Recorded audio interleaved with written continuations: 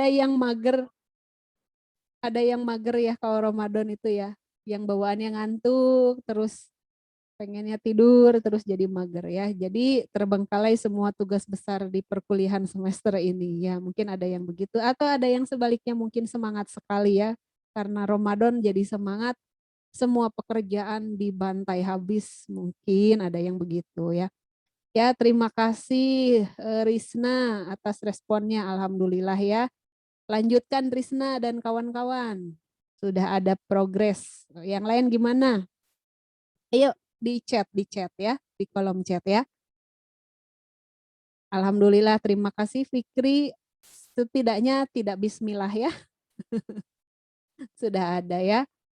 Tapi masih banyak yang harus dikerjakan ini ya. 2 minggu lagi kalian presentasi ya.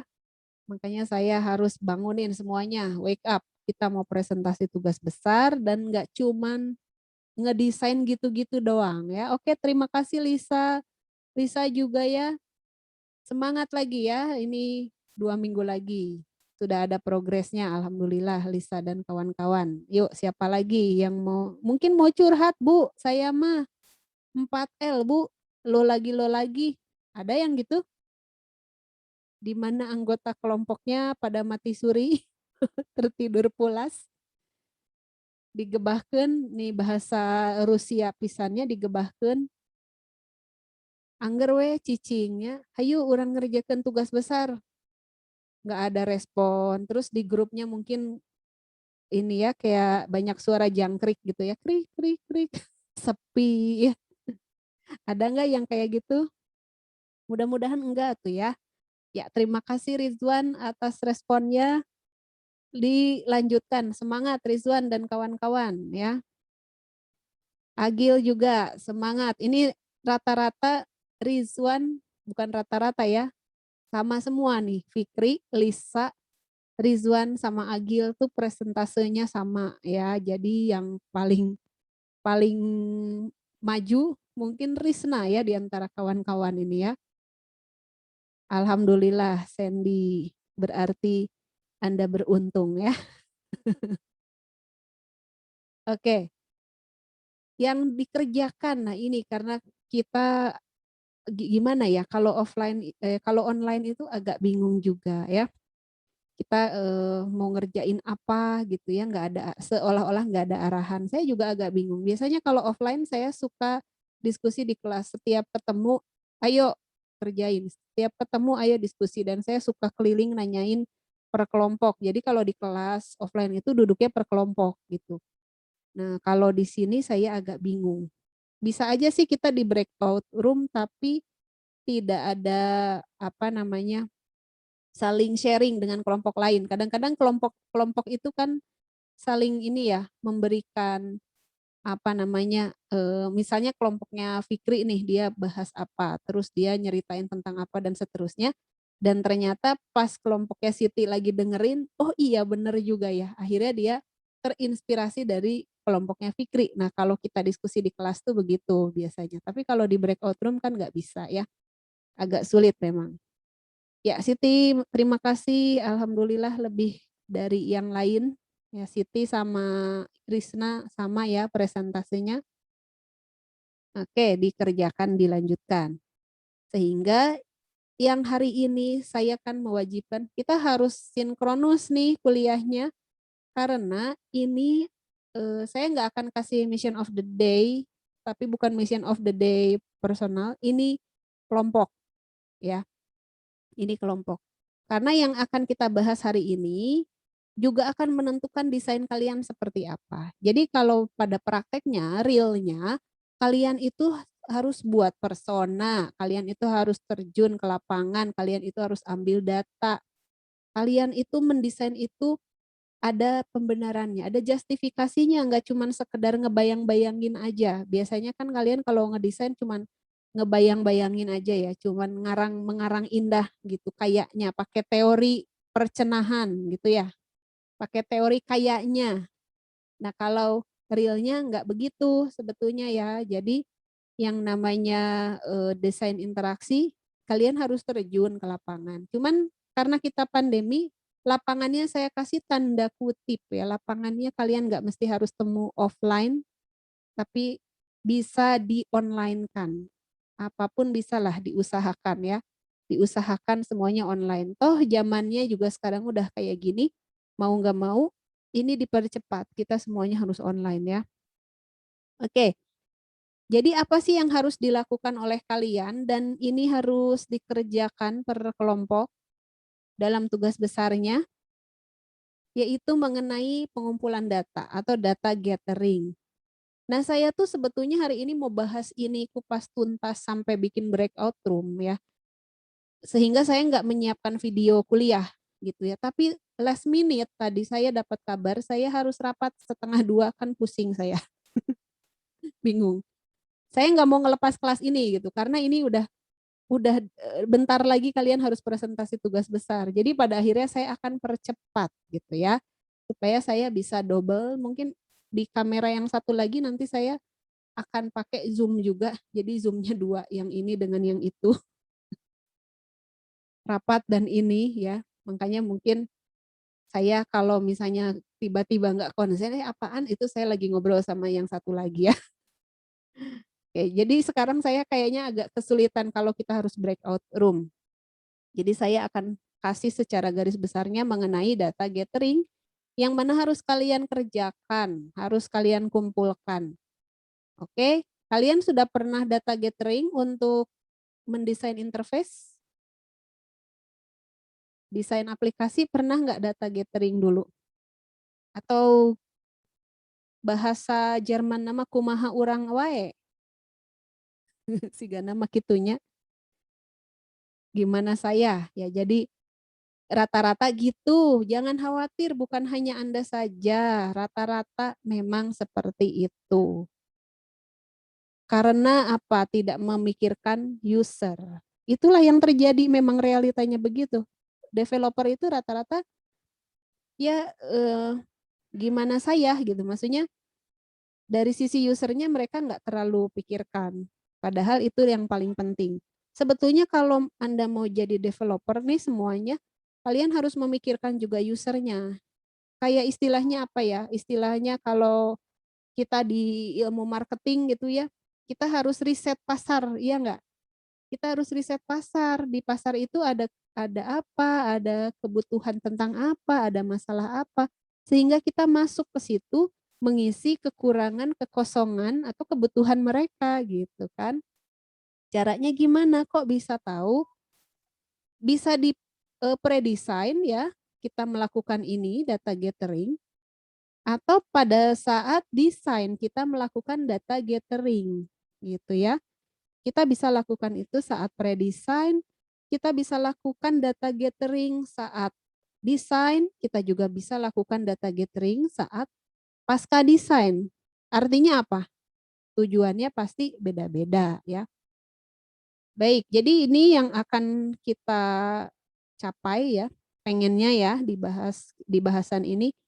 Kita akan diskusi gimana sih untuk merencanakan dan menjalankan data gathering yang sukses. Sukses, ya pokoknya sukses lah ya. Saya tidak tahu tolak ukurnya sukses bagaimana. Tapi intinya itu semua sesuai dengan goals-nya masing-masing. Itu berarti sukses ya kalau sesuai goals ya. Lalu ini juga memungkinkan Anda untuk merencanakan dan menjalankan interview. Ada yang pernah interview di sini? Pernah? Boleh angkat tangan atau chat. Pernah Bu, chatnya jangan ke saya, langsung di everyone aja ya biar rame ya. Chatnya biar rame ke everyone, boleh. Everyone in meeting. Tuh, boleh tuh. Everyone publicly and directly itu sama saya udah di setting gitu. Ada yang pernah interview? Belum. Oke, ada lagi yang lain pernah interview? Entah itu jadi ada dua nih, ada istilah interviewer atau interviewee. Saya ketik di sini ya. Oke, pada belum ya? Interviewer. Kok saya jadi ketik di chat ya, salah. Nah, ini orangnya yang mewawancara adalah interviewer, lalu sebagai yang diwawancara, interviewee. Semoga benar tulisan saya ya. Interviewer dan interviewee, ada yang diwawancara dan menjadi pewawancaranya ya. Rata-rata belum pernah ya. Entah itu mungkin wawancara kerja, wawancara apa gitu ya. Sepertinya belum pernah. Oke, padahal nanti kalian yang akan menjadi seorang interviewer. Kalian akan jadi interviewer ya. Harus ya. Kenapa? Kalian nanti mau tugas akhir enggak? Pengen enggak tugas akhir? Pengen. Wah, Fikri teriak tuh kayaknya pengen lah. Ya, pengen enggak kerja praktek? Semester kapan? Bentar lagi ya. Pengen juga kerja praktek biar bisa tugas akhir. Tapi kalian harus mengasah diri. Kalau mau kerja praktek, programnya harus benar, ya enggak? Kalau mau benar, jangan berdasarkan desainnya berdasarkan kumaha orang. Nah itu mundurin ya, desainnya jangan berdasarkan pakai ilmu nujum, Risna nujum, jangan ya Risna ya, harus by data gitu ya. Jadi ini nantinya kalian pasti akan menjadi seorang interviewer. Untuk apa? Untuk tugas kalian nanti di kerja praktek, kalian mau bikin aplikasi harus cari data ya. Nah, makanya saya latih di tugas besar ini. Sekarang kalian harus belajar menjadi interviewer ya. Nanti kita bahas di sini. Terus kalian juga harus sesuai dengan aims dari bahasan sekarang. Saya ingin kalian empowers tuh apa ya? Jadinya kalian itu punya rasa ini ya, bisa gitu. Saya bisa gitu ya. Punya power untuk itu ya, untuk mendesain kuesioner. Jadi nggak hanya interview aja, tapi ngambil data itu bisa dari kuesioner. Jadi kalian dapatkan dari interview, dari kuesioner, dan juga dari observasi ya. Jadi memungkinkan Anda untuk merencanakan dan melaksanakan observasi. Cuman sayangnya kita sedang pandemi, jadi observasinya tidak langsung ke lapangan ngeliatin orang-orang ya, tetapi mungkin bisa observasi dari cara yang lain. Nah, itu. Nah, jadi ketika kita mengumpulkan data, kita harus ini ya, ada 5 isu atau 5 masalah yang harus kita pikirkan. Yang pertama, atur dulu goals-nya, setting goals. Goals apa? Bukan goals aplikasi, bukan ya, bukan itu. Tapi bukan tujuan penelitian, bukan itu. Tapi yang dimaksud goals ini adalah tujuan kalian ngumpulin data itu untuk apa? Nah, itu ya. Itu si data kalau udah dikumpulin, mau dianalisis gimana? Pengen diambil informasi apanya? Kayak gini lah, misalnya kalian pengen bikin apa ya? Aplikasi pemutar lagu misal ya. Apa contohnya? Ada yang suka pakai aplikasi seperti itu? Pemutar lagu? Spotify, Bu. Spotify. Oke, boleh sebut merek lah kita ya. Spotify. Apalagi? Apalagi? Ada lagi? Apalagi? Ayo kasih masukan. Jux, Bu, Jux. Ini ya. Gitu ya. Juke ya. Juk. JOOX. Oh iya, lupa. Ini ya. Apalagi? Mungkin ini ya. iTunes. Google apa? Google yang Google itu apa? Kok saya jadi lupa?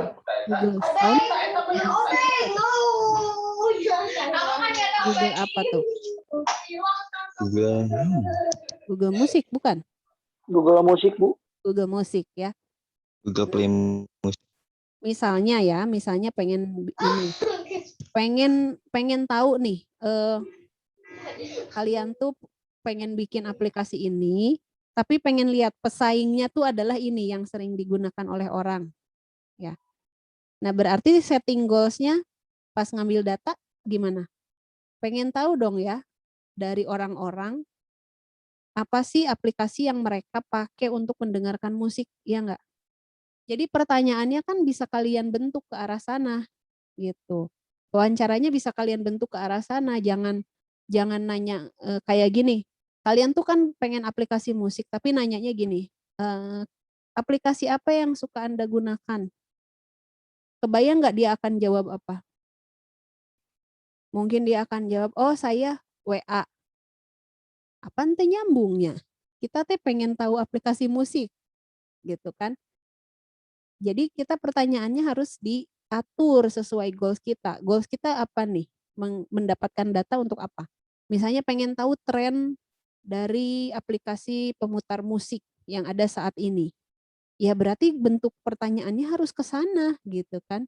Bentuk pertanyaannya harus mengarah ke kayak kamu suka pakai aplikasi pemutar musik enggak? Iya, jarang kayak gitu-gitu kan.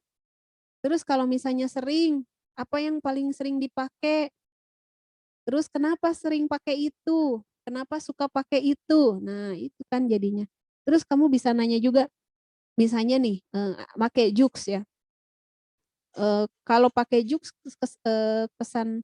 kesan-kesannya gimana?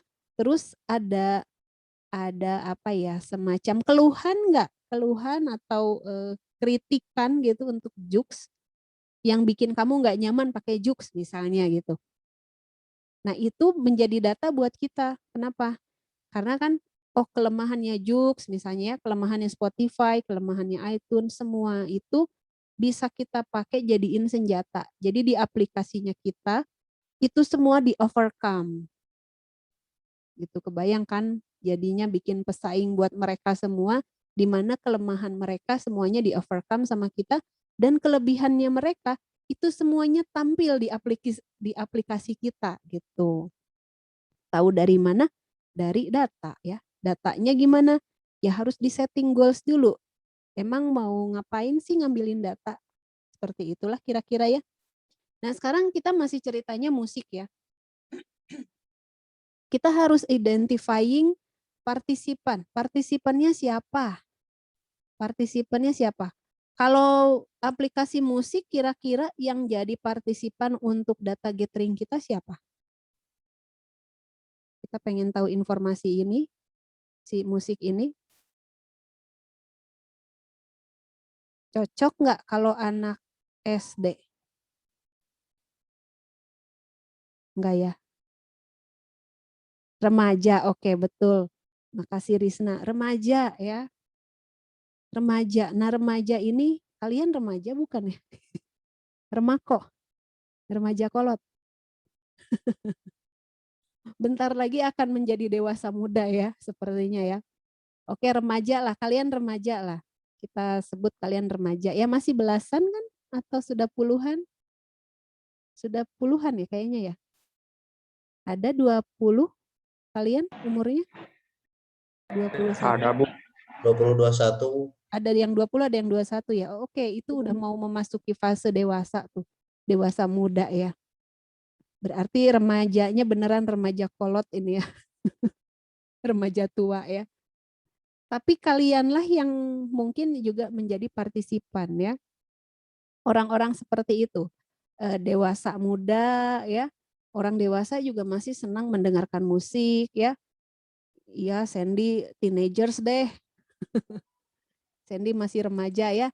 Sandy boleh dijadikan partisipan ya. Jadi kan partisipannya juga nggak sembarangan gitu ya. Sesuaikan dulu, makanya setting goals itu nomor 1. Jadi dari siapa kita mau ambil data? Ya, apakah dari anak-anak, remaja, dewasa juga, dewasa muda, dewasa adult ya, adult yang betul-betul adult gitu ya. Atau ada lansia mungkin ya.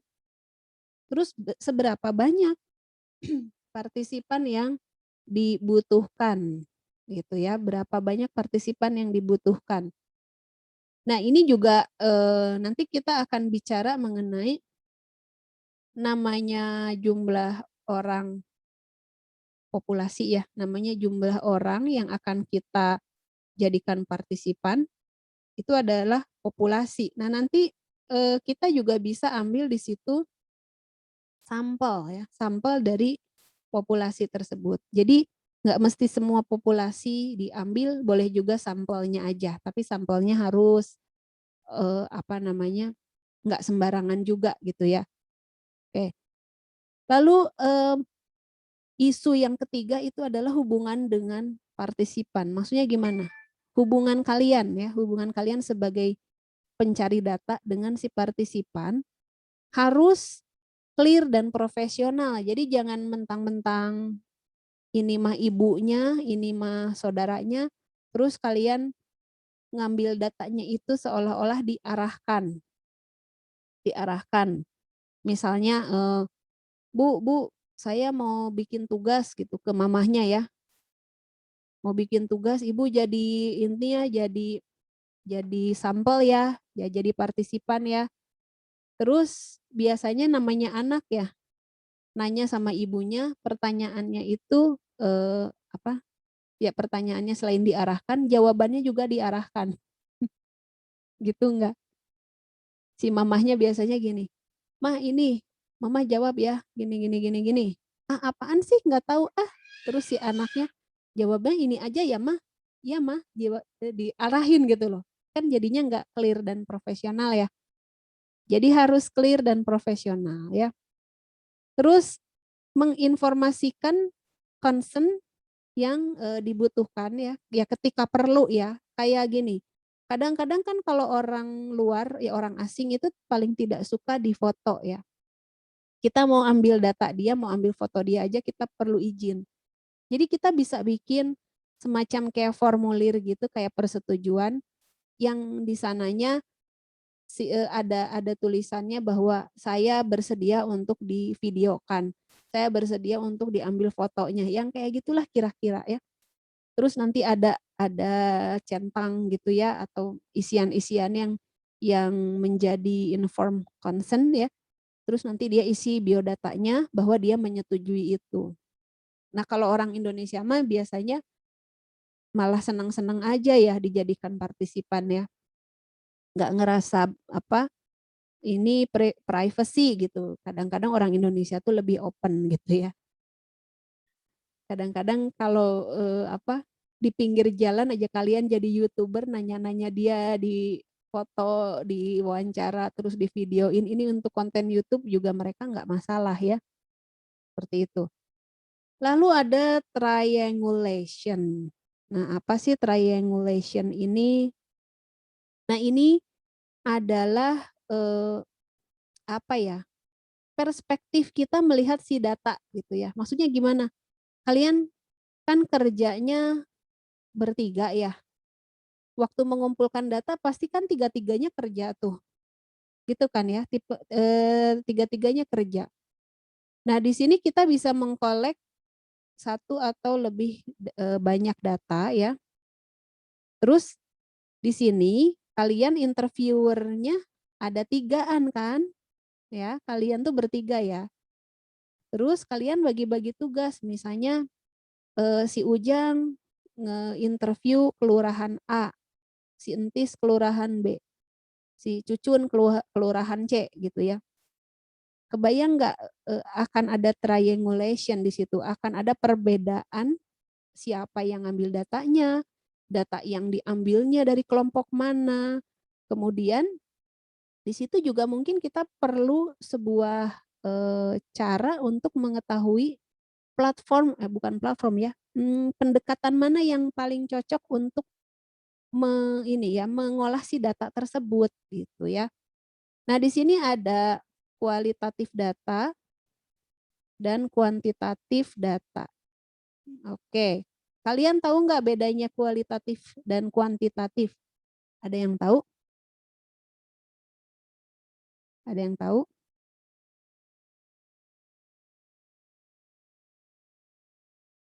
Mungkin Ferry tahu bedanya kualitatif dan kuantitatif? Kurang tahu, Bu. Kurang tahu. Kalau Asrul? Kurang tahu juga, Bu. Kurang tahu juga. Oke, pernah dengar istilah kualitatif dan kuantitatif? Pernah, Bu. Pernah ya, tapi nggak tahu yang gimana gitu ya. Oke deh, saya jelasin ya. Kualitatif dan kuantitatif data ya. Kualitatif, dari kuantitatif dulu deh ya. Kuantitatif, berarti ada angka, datanya berupa angka, nilai di situ ya. Jadi mana nih? Kualitatif. Oh, tulisan kuantitatif nggak ada di sini rupanya. Oke, saya bikin deh. Kita tulis ya. Kuantitatif. Nah, ini datanya angka ya. Angka kayak misalnya angka tuh kayak gini misalnya berapa menit atau berapa kali Anda mendengarkan Spotify.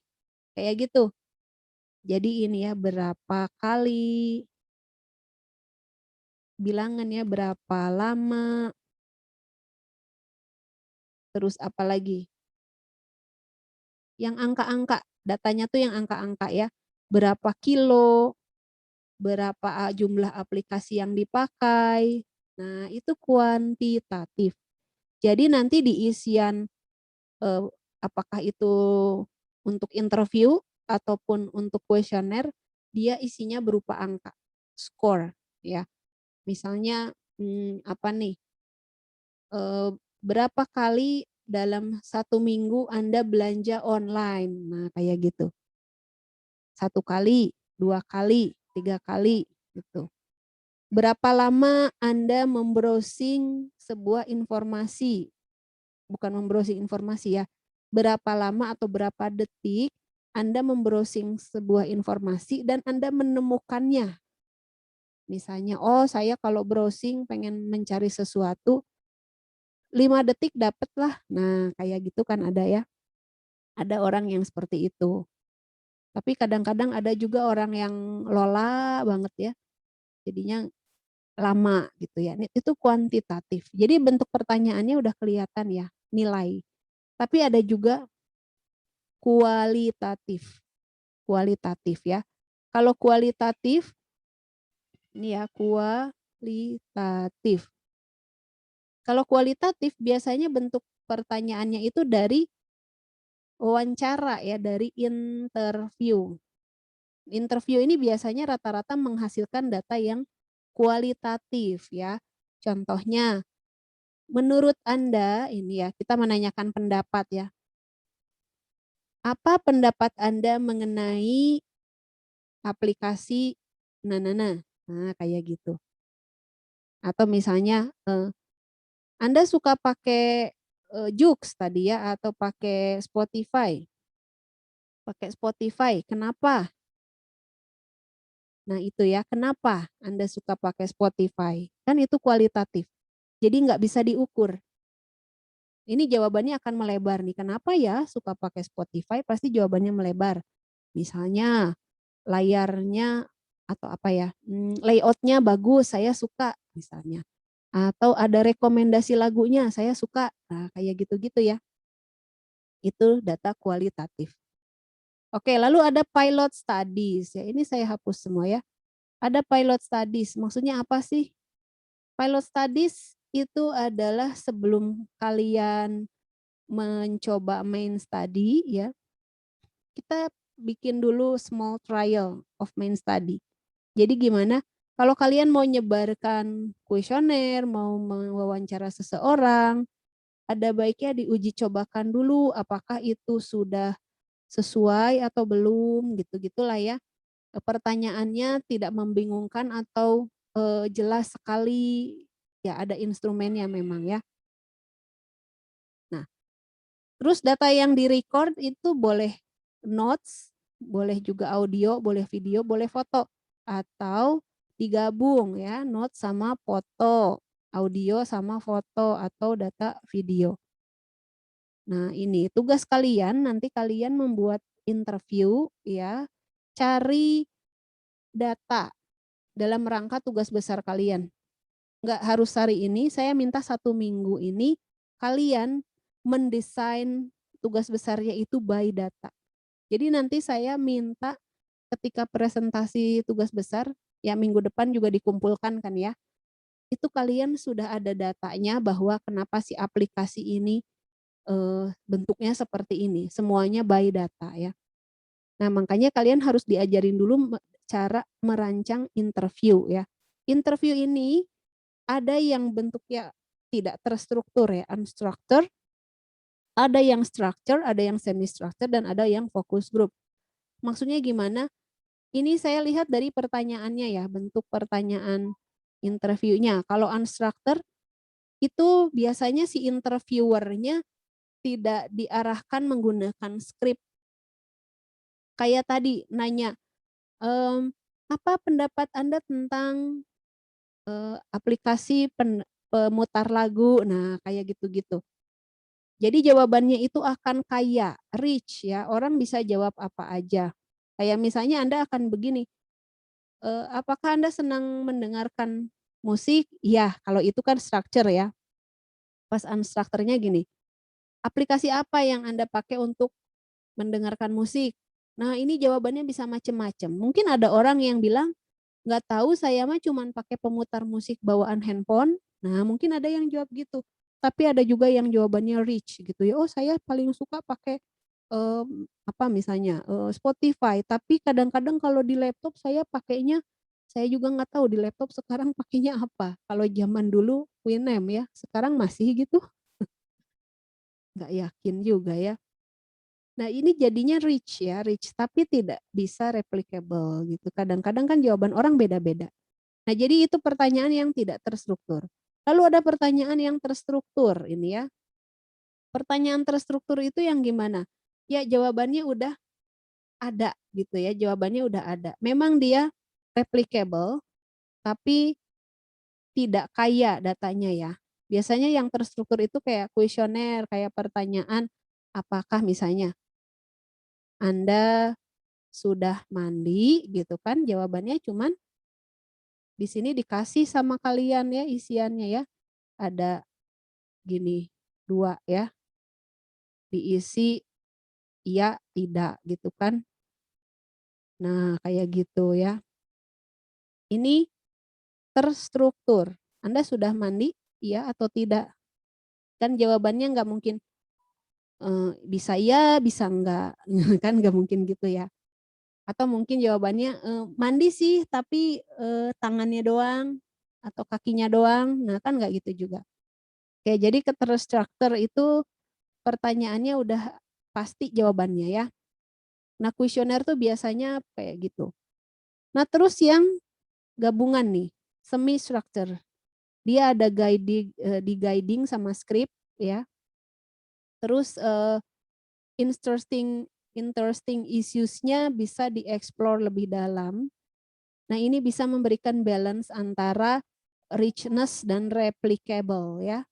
Richness dan replicability. Jadi ya gabungan antara unstructured dan structured. Karena kalau unstructured itu not replicable tapi rich gitu kan. Tapi untuk structured dia replicable tapi tidak rich. Nah, kalau semi bisa dua-duanya. Lalu ada focus group. Ya, di mana kita bisa melakukan grup interview.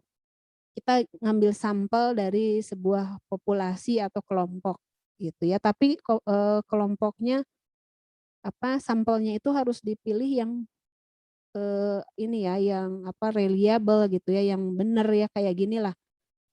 Penggunaan website Unjani misalnya ya, penggunaan web Unjani. Terus kalian mau bikin fokus grupnya. Kira-kira siapa aja nih dalam grup ini yang akan diinterview? Ada yang bisa jawab? Siapa aja kah? Maaf ya, saya sambil ngecek rapat.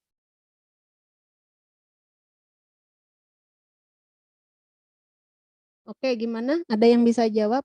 Kira-kira kalau kita lagi ngebahasin web Unjani, terus kita mau interview user-usernya, di fokus grup ini harus hadir siapa aja? Boleh dijawab silakan, boleh di chat, boleh di oke mahasiswa, dosen, terus staf TU, oke betul. Adminnya jangan lupa ya, admin, staf, terus dosen. Nah ini ada yang menarik di mahasiswa. Kenapa mahasiswa menarik? Menurut saya mahasiswa ini menggunakan web Unjani kebutuhannya beda-beda. Kalau web Unjani di dosen mah paling kan untuk kuliah gitu ya. Kalau mahasiswa gimana? Tidak hanya untuk kuliah aja kan? Kalian bisa juga menggunakannya, ada yang untuk kepentingan administrasi mungkin, ada yang untuk kepentingan nilai, ada yang untuk kepentingan informasi dari Unjani mungkin. Maaf saya sambil ngecek rapat ya. Jadi macam-macam di situ ya. Mungkin mahasiswa ini kita bisa breakdown lagi jadi 3 grup misalnya ya, 3 grup mahasiswa yang mana dia, nih mahasiswanya saya iniin ya. Nah ada 3 gitu ya, mahasiswa yang untuk ngecek-ngecek administrasi keuangan.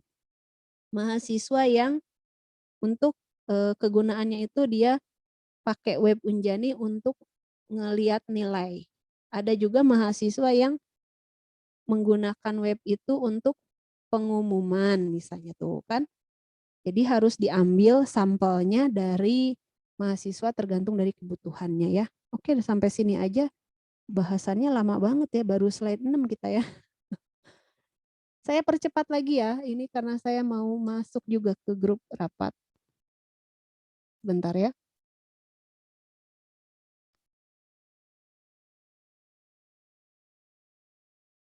Iya,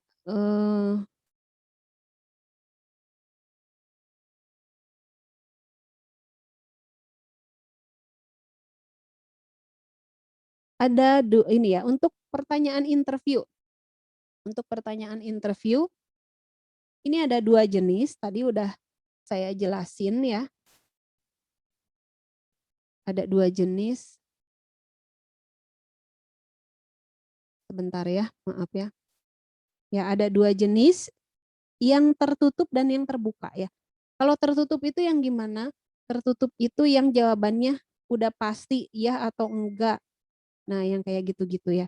Sementara yang pertanyaan terbuka itu yang kayak kenapa, apa yang sering Anda lakukan, terus apa lagi, apa warna kesukaan Anda. Nah itu kan open question gitu. Nah kalau close question itu pertanyaan yang nanti hasilnya lebih mudah dianalisa. Saya paling suka sebetulnya yang close question ya. Tapi kadangkala saya butuh juga nih yang open questionnya untuk masukan juga ke saya untuk feedback gitu ya.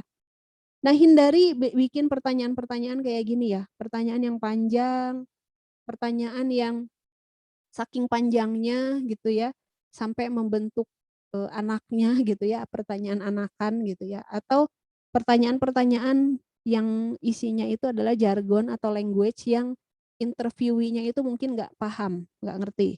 Ini pengalaman saya waktu nge-interview anak SD. Nah, kebayangkan anak SD di-interview.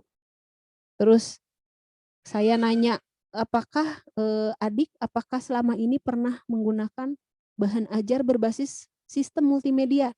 Menurut Anda mereka bisa jawab nggak? Dan saya salah waktu itu. Nggak bisa jawab ya. Ulang-ulang gitu ya, naon pembelajaran sistem multimedia, mereka nggak bisa jawab. Jadi saya salah memang di situ ya.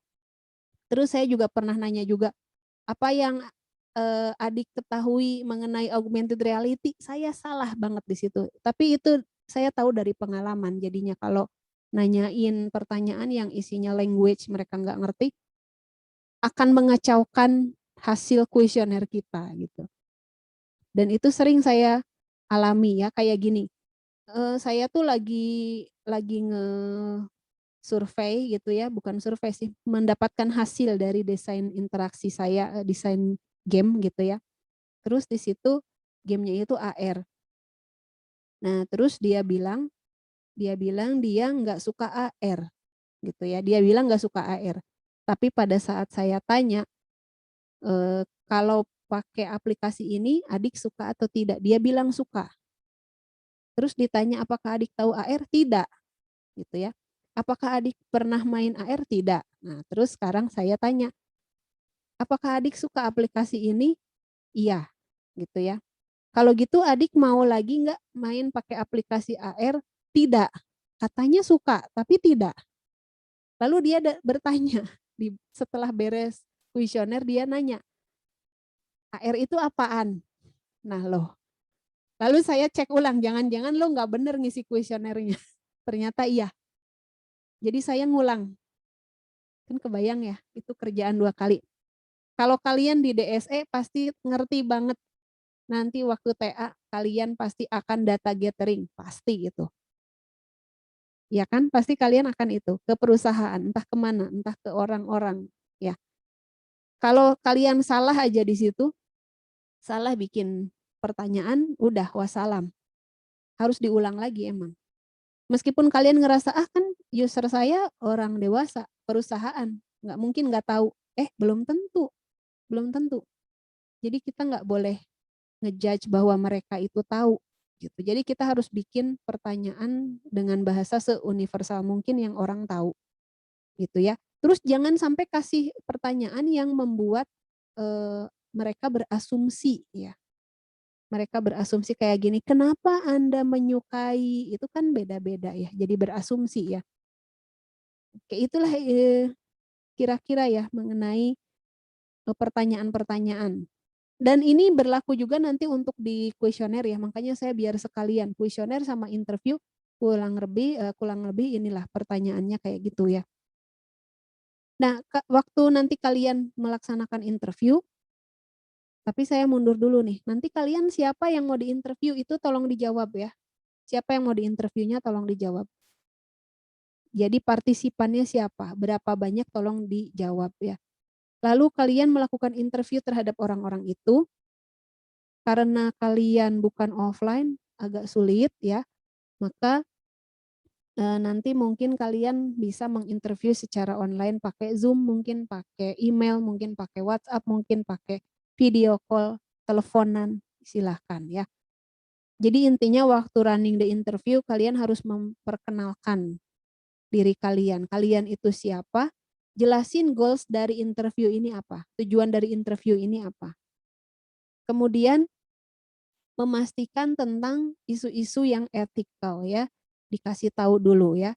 Terus kita minta ke mereka, boleh ya pembicaraan kita di-record, nah kayak gitu ya. Boleh ya apa yang Bapak utarakan saya rekam, nah seperti itu. Terus kasih consent form yang tadi saya cerita ya, bahwa mungkin ada sebagian orang nggak mau difoto atau divideokan ya. Kasih consent form untuk menginformasikan bahwa nanti dia mungkin difoto, di video atau diapain lah gitu ya. Nah terus pas warming up, bikin pertanyaan pertama itu jangan terlalu susah dan jangan mengancam ya. Kasih pertanyaannya yang mudah.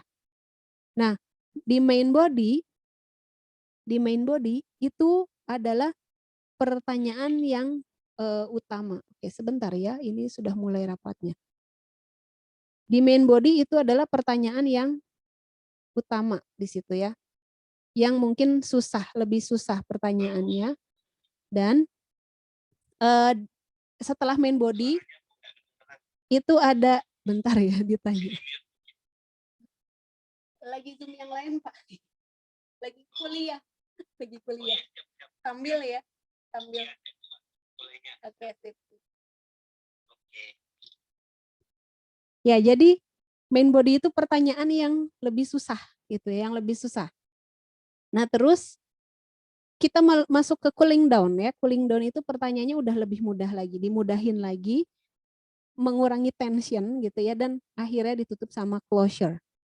Terima kasih kepada Bapak Ibu kayak gitu-gitulah ya. Pokoknya kasih sinyal bahwa itu sudah mau berakhir.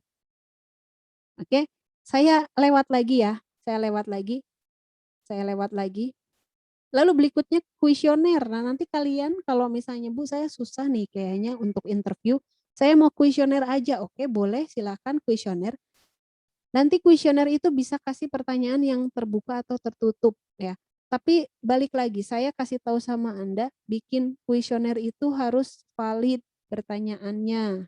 Ya, tadi udah dijelasin jenis-jenis pertanyaan itu jangan sampai mengarahkan asumsi kayak gitu-gitulah. Ya. Kalau saya lebih suka yang terstruktur. Kalau Anda tidak tahu ya. Tergantung dari kebutuhan. Lagi-lagi harus bagaimana pertanyaannya tergantung dari kebutuhan. Oke, jadi kalau saya lebih suka yang ini ya. Karena lebih mudah dianalize. Kemudian kuesioner ini kelebihannya juga kita bisa menyampaikan ini ke populasi yang lebih besar ya. Populasi lebih besar dalam artian kalau kuesioner itu kan kita tinggal nyebar-nyebarin aja. Tapi masalahnya kalau online populasinya ini jadi bermasalah gitu ya. Siapa partisipan yang dimaksud? Kita nggak tahu karena di dunia sana, di dunia online sana banyak sekali orang join lah. Banyak sekali orang yang mungkin bisa mengisi kuesioner kita gitu. Nah, ini udah dijelasin ya, sampling bisa jadi masalah ketika jumlah populasinya tidak diketahui seperti yang gimana, seperti online evaluation. Tuh, hati-hati tuh. Tapi kan kalian butuh kuesioner ya. Ya sudah lalui saja gitu ya, laksanakan saja kuesioner secara online ya. Silakan kalian pajang di di IG-nya masing-masing, Facebook-nya masing-masing ya, di WA gitu ya, tanya-tanya ya mengenai ya apa yang berhubungan dengan calon aplikasi kalian. Nah, untuk ngedesain kuesioner bentuknya harus kayak apa sih? Nah, kuesioner ini sebaiknya diurutkan ya, diurutkan. Jadi kalau bikin pertanyaan itu jangan mencelak-mencolok. Misalnya gini, misalnya ya saya lagi nanyain informasi pribadi. Ya dalam satu blok aja informasi pribadi aja gitu. Jangan digabung dengan yang lainnya gitu ya. Saya lagi nanyain latar belakang si partisipan. Ya udah khusus di situ latar belakangnya gimana kayak misalnya apakah Bapak Ibu sering kalau saya game ya, apakah Anda sering bermain game? Apakah Anda bermain game dengan aktif? Kalau Anda sering bermain game frekuensinya berapa tuh kan jadi saya urutkan. Saya sedang menggali background dia mengenai game gitu. Apakah dia seorang pemain yang aktif atau tidak atau apa? Karena itu akan mempengaruhi jawaban dari kuesioner yang berikutnya, gitu ya. Ya makanya mungkin kita perlu different version berdasarkan dari population ya. Jadi kalau orangnya beda, misalnya nih saya nanyain tentang game ke kalian, yang mana saya pasti tahu kalian itu umur-umur yang pastinya pada main game, iya enggak? Meskipun itu gamenya game jadul ya. Di sini saya pengen tahu jadinya, di sini ada enggak yang sama sekali enggak main game? Ada? Boleh di chat? Atau dibalik atau ya? Siapa yang main game? Siapa di sini yang main game? Saya, oke. Siapa lagi? Fikri doang?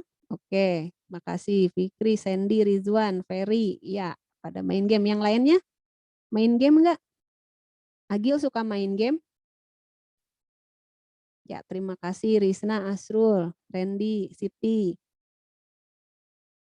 Tuh, rata-rata pada main game ya. Agil juga suka main game katanya. Rata-rata suka main game.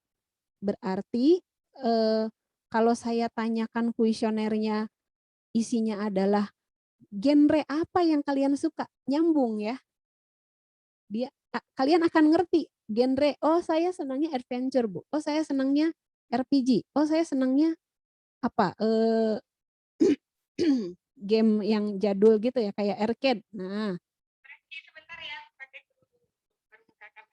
Oh, bentar ya. Ya, jadi, aduh saya lagi ditanya di rapat sebentar ya. Iya Bu, lagi kuliah Bu. Jadi 2 ini Zoom. Zoomnya 2. Di rumah ini lagi Zoom 2 nih. Ini lagi kuliah. Yang ini rapat. Ya, maaf ya. Jadi apa sampai mana tadi? Version dari kuesionernya bisa beda-beda ya. Jadi kalau saya nanya ke kalian, mungkin saya akan tanya, kamu suka genre apa gitu kan. Tapi kalau yang saya tanyain itu adalah orang yang belum pernah main game dan mau saya tawarkan game, bisa nggak dia jawab genre? Nah, kayak gitu kira-kira ya. Mungkin saya bisa begini, biar sekalian bikin kuesionernya, nanti di bagian pertanyaan, kamu suka main game? Kalau iya, langsung jawab ke nomor, misalnya pertanyaan ini adalah nomor nomor apa ya, atau di section B gitu ya. Nah, kalau kamu menjawab suka main game, lalu lanjutkan ke section C gitu. Jadi pertanyaannya seputar game. Kalau kamu tidak menyukai game, maka lanjutkan pertanyaannya ke section D. Nah, bisa seperti itu. Kebayang ya? Jadi nanti kalian juga akan melaksanakan hal ini. Oke, lalu kasih instruksi yang jelas ya gimana untuk menyelesaikan si kuesionernya. Ya, ini mah aturan penulisan gitu-gitulah ya. Pokoknya mah kurang lebih seperti itu. Ya, pertanyaan dan format responnya. Di sini ada yang formatnya responnya yes no aja yang pakai checkbox gitu ya. Yang tadi udah saya contohin ada 2 gitu, yes atau no, nanti dipilih. Atau ada juga checkbox yang memberikan many option, kayak gitu. Nah, kalau saran saya, kalau kalian mau kasih pertanyaannya yes or no, saya sarankan pakai radio button yang mana dia cuma bisa pilih salah satu, nggak boleh dua-duanya. Kayak misalnya, what is your gender? Female sama male ya. Nggak bisa kan dipilih keduanya ya, bahaya kalau keduanya dipilih ya. Makanya kasihnya radio button.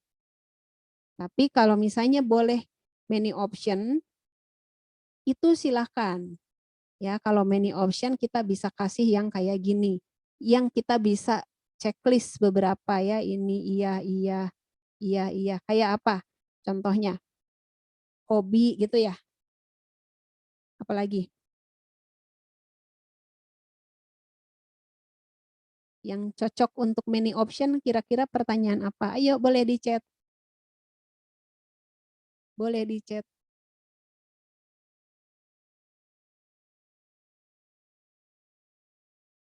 Ya.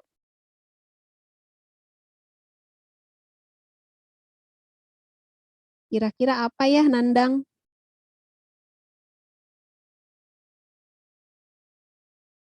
Oke, makanan favorit. Terima kasih Risna. Ayo yang lain.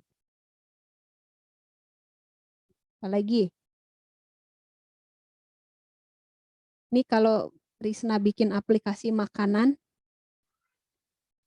supaya mengenerate rekomendasi itu bisa dipilih ya makanan favorit, manis, asin, asam, pedas, masakan Padang, masakan Sunda atau apa kan macam-macam gitu ya. Apalagi? Tempat wisata. Oke, apalagi?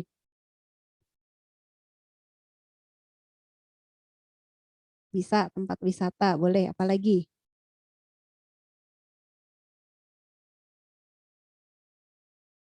Masih bararingung ya. Kalau mendapatkan informasi atau berita mana yang paling Anda suka. Nah, itu kan ya. Ada yang sport, ada yang otomotif, ada yang fashion mungkin, ada yang kuliner. Nah, yang kayak gitu-gitu kan ya. Biasanya many option. Tuh ya. Oke, kita lanjutkan lagi. Nah, untuk pertanyaannya kita bisa pakai yang ini sering saya bahas nih ya. Skala Likert. Skala Likert tuh yang gimana? Kalian pernah lihat nggak pertanyaan yang kayak begini? kotak-kotak gitu ya. Atau bentar, mending saya bukain aja bukunya ya daripada saya mengotak-ngotak seperti itu. Bentar ya.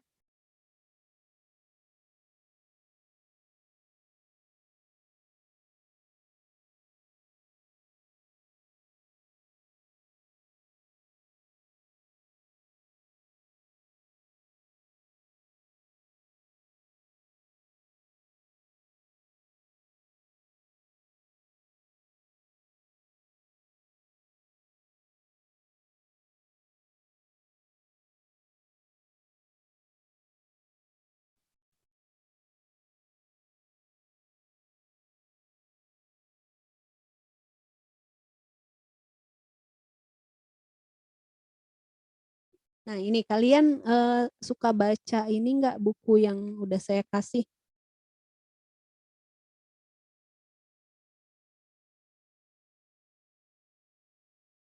Nih, contoh, ini contoh yang tadi itu ya, yang formulir consent itu ya. Terus ini contoh skala Likert, pasti kalian sering. Skala Likert, nih ini.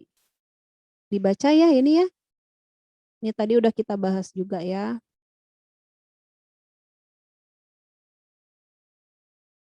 Skala Likert itu, nah ini ya. Lihat ya, kita bisa, nih skala Likert ya. Kita bisa kasih pilihan, nih di angka 1, 1 itu strongly agree, 5 itu strongly disagree. Nah kayak gini. Misalnya pertanyaannya penggunaan warna is excellent. Ya. The use of color is excellent. Mungkin ada yang jawab, oh iya saya strongly agree.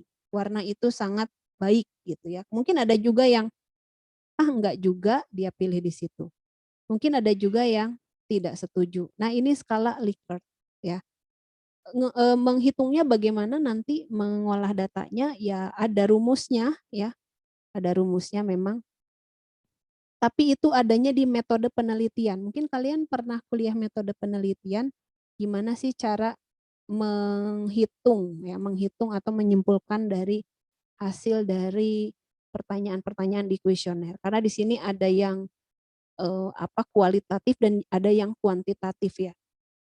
Nah, kayak gini, penggunaan warna is excellent. Kayak dijelasin ya, sangat setuju, cukup gitu ya, tidak setuju, sangat tidak setuju. Mungkin oke-nya apa ya? Tidak tahu gitu ya. Entahlah ya. Tapi kalau tidak tahu itu di luar area biasanya ya. Nah, ini Likert ya. Lalu ada yang menggunakan semantic differential scales. Nah, kalau semantic differential scales ini kayak dikasih skala gitu ya, kayak dari sini ya, yang kiri itu menarik, yang kanan itu jelek. Ya, jadinya semakin skalanya semakin ke kiri, itu akan semakin menarik misalnya ya. Semakin skalanya ke kanan semakin jelek gitu ya. Tapi kalian harus konsisten misalnya. Yang negatifnya mau disimpan di kiri atau di kanan nggak masalah, selama kalian bisa konsisten, itu aja. Misalnya kalau yang dicontoh ini, negatifnya itu di kanan. Kan di kanan itu ada ugly, confusing, kayak gitu ya, boring, unhelpful, itu semua adalah reaksi-reaksi yang negatif. Nah sementara untuk yang positifnya di kiri ya, attractive, clear, exciting, helpful, harus harus konsisten. Lebih mudah buat kita, kalau buat saya ya lebih mudah gitu. Jadi nanti akan dilihat rapat kiri atau rapat kanan nih, kayak gitu. Ya terus ada yang menggunakan skala 3, 5, 7 atau lebih. Kayak gini ya. 3, 5, 7 atau lebih. Sebetulnya mirip-mirip aja. Kayak gini nih. 1 sampai 3, 3 sampai 5, 5 sampai 7. Iya betul ya. Kayak gitu. Yuk balik lagi ke sini. Oke, saya nggak akan bahas itu. Udahlah itu ya online kuesioner silahkan bikin. Kalian bikin pasti harus ya. Saya langsung aja ke, ini nanti dibaca aja ya. Dibaca aja. Langsung ke observation. Nah kalau kalian perlu observation nggak? Menurut kalian? Perlukah? Bingung? Dalam membuat atau mendesain aplikasi kalian, apakah diperlukan observation?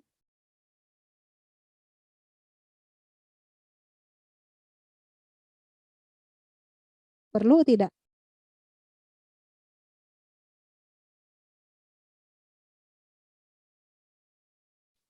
Kalau saya jawabannya bisa iya, bisa enggak.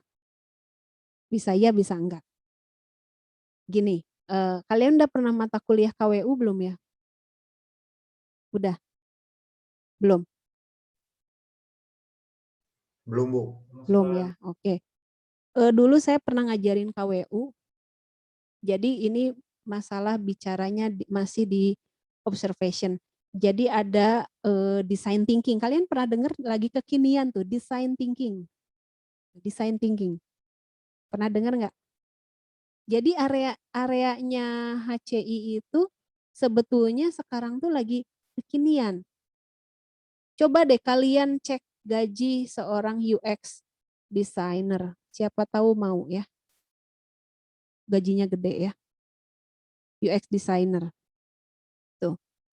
Nah, metode yang lagi kekinian yang mereka pakai sekarang itu adalah design thinking. Nah, di design thinking salah satunya kita butuh ini, observation. Kita butuh observation. Contohnya gini, kalian tahu kan aplikasi apa ya? Oh, kayak ini deh, bukan iklan ya, Traveloka, terus apa lagi? Kok saya mendadak lupa ya? Traveloka, terus booking apa tuh? Ada yang tahu? Saya jadi mendadak lupa begini. Aplikasi semacam Traveloka gitu ya? Tahu ya? Yang booking hotel kayak gitu-gitu ya? Nah, sebelumnya itu pendahulunya yang paling pertama dibisnisin itu sebetulnya adalah saya lupa ya namanya apa tapi ada ya. Intinya saya mau jelasin betapa mereka itu bisnisnya sangat terpengaruh karena adanya observation gitu. Karena adanya observation. Jadi mereka itu sangat dipengaruhi. Jadi gini, dia itu si pemilik bisnis ya. Sebentar ya. Enggak Bu, kalau mau dimulai saya diabaikan saja. Iya ya. Sip, sip.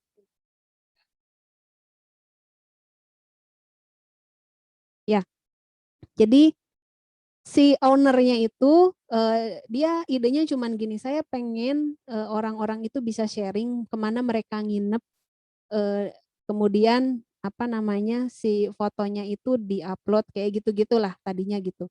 Nah terus akhirnya berkembanglah idenya, oke kalau gitu kita jadiin bisnis aja yuk, kita saling sharing. Dia yang menampung jadi wadah gitu ya, dimana orang yang punya penginapan dia jadi mewadahi itu, di mana orang yang punya penginapan ketemu sama orang yang mau cari penginapan. Idenya gitu. Nah, terus kan kalau orang yang punya penginapan fotonya mungkin ada yang jago banget, ada yang nggak bisa moto gitu ya. Ada juga yang kameranya bagus banget sama kameranya biasa aja. Ada juga yang foto-foto mereka tidak mewakili apa yang sebetulnya mereka miliki di penginapan itu. Nah, terus awalnya bisnis itu dia bagus ya, tapi lama-lama menurun. Kenapa? Mereka ngerasa salah emang, karena mereka tidak observation. Akhirnya dia observation untuk memperbaiki websitenya. Waktu itu masih website, kalau sekarang sudah aplikasi di smartphone ya, kayak semacam Traveloka tadi, tapi pendahulunya dan sampai sekarang masih ada, tapi saya lupa namanya. Gitu ya, saya lupa namanya nanti kalau ingat ya. Jadi si pemiliknya itu akhirnya terjun ke lapangan. Saya ingin merasakan bagaimana rasanya menjadi seseorang yang mencari penginapan, kata dia gitu ya. Ingin ngerasain nginep di tempat yang dia tawarkan di dalam webnya itu. Akhirnya dia pergi ke sana, dia booking penginapan lewat web dia, terus dia datang ke sana, dia ngerasain semuanya, benar-benar observation, dia membangun empati di situ ya. Kalau di design thinking itu empathize kalau tidak salah nama prosesnya, ya pasti kan butuh observation ya. Dia nginep di sana terus pas dia lihat ternyata kalau di foto itu kondisinya jelek. Tapi pas dia datang ke hotel itu kok bagus banget gitu. Kok jadi bagus banget? Kenapa tidak sesuai dengan yang ada di website? Saya kirain bakalan jelek. Nah, jadi akhirnya setelah dia observation, dia perbaiki semuanya. Dia mensupport para pemilik penginapan, difotoin gitu yang bagus, informasinya diperlengkap, kemudian pengalaman sebagai orang yang mencari hotel juga dia perbaiki karena dia observation di situ. Dia jadi tahu mana yang salah, dia tahu mana yang kurang. Gitu ya, kurang lebih ya. Nah, sehingga dia akhirnya mendapatkan sistem yang lebih baik dan penjualannya meningkat berapa ratus %. Keren ya. Nah, kayak gitulah kira-kira dahsyatnya ini ya, mengambil data observation. Jadi data itu penting ya. Data gathering itu penting. Oke, saya nggak akan bicara banyak ya, karena tadi udah saya jelasin tuh namanya observation tuh ya kalian terjun ke sana ke lapangan. Apa kalian perlu? Mungkin ya, mungkin perlu. Tapi karena lagi pandemi, saya tidak menyarankan. Akhirnya ya udahlah nggak usah observation. Kalau maupun observationnya tidak di lapangan, gitu ya, tidak di lapangan. Nah tadi saya udah jelasin juga ya, degree of participation itu bisa kita sebagai insider atau kita outsider ya. Insider itu yang gimana? Yang pemilik website tadi dia sebagai insider ya. Maksudnya gimana? Dia mencoba menjalani bagaimana rasanya menjadi pemilik hotel. Dia mencoba menjalani bagaimana rasanya menjadi orang yang mencari observation, mencari booking hotel. Itu semua pengalamannya dia ambil gitu ya. Sementara kalau outsider itu dia mengamati dari luar. Saran saya, ya kalau saya sih kepengennya kalian KP itu sebagai insider. Gitu harusnya ya. Jadi kalau nanti kalian KP ditempatkan di bagian marketing, bikin sistem untuk marketing, kalian harus jadi orang marketing dulu. Biar ngerasain gimana rasanya jadi marketing dan apa yang dibutuhkan oleh marketing. Contohnya kayak gitu. Gitu ya. Tapi kalau misalnya kalian bikin aplikasinya untuk kepala pimpinan dan semacamnya, kan nggak mungkin jadi insider ya. Maka yang kalian lakukan adalah menjadi outsider. Kalian yang mengamati si pimpinan tersebut. Gitulah kira-kira ya.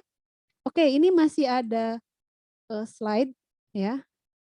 Nah ini nanti dibaca ya. 3 easy to remember parts ya. The person who, place where, dan the thing is what gitu ya. Ini adalah framework untuk mengguiding kalian observation. Bisa dimanfaatkan nanti ketika kerja praktek dan juga skripsi dan juga sekarang. Cuman kalau sekarang nggak kepake, kenapa? Karena kita lagi pandemi gitu aja sih saya sarannya. Soalnya ini tugas besar. Tapi kalau kalian nanti KP, mau nggak mau mungkin harus terjun ke lapangan asal prokes aja. Ya, KP sama TA ya. Oke, ini ya frameworknya untuk mengguiding observation. Ada juga yang lebih detailnya dari Robson. Nanti dibaca aja. Lalu ini bagaimana nge-planningnya. Ya, jadi harus tahu juga data apa sih yang mau di-collecting, equipment apa yang mau dipakai, dan juga kapan harus berhenti observasi. Karena kadang-kadang ada orang yang kesulitan dan jadi bingung terlalu dalam observasi, sehingga malah bingung aplikasinya harus gimana. Makanya kita harus tahu kapan harus berhenti observasi. Ya, dan seterusnya. Oke, nanti silahkan tinggal dibaca saja ya. Ya, ada pertanyaan sampai sini? Jadi itu tugasnya. Ada pertanyaan dulu?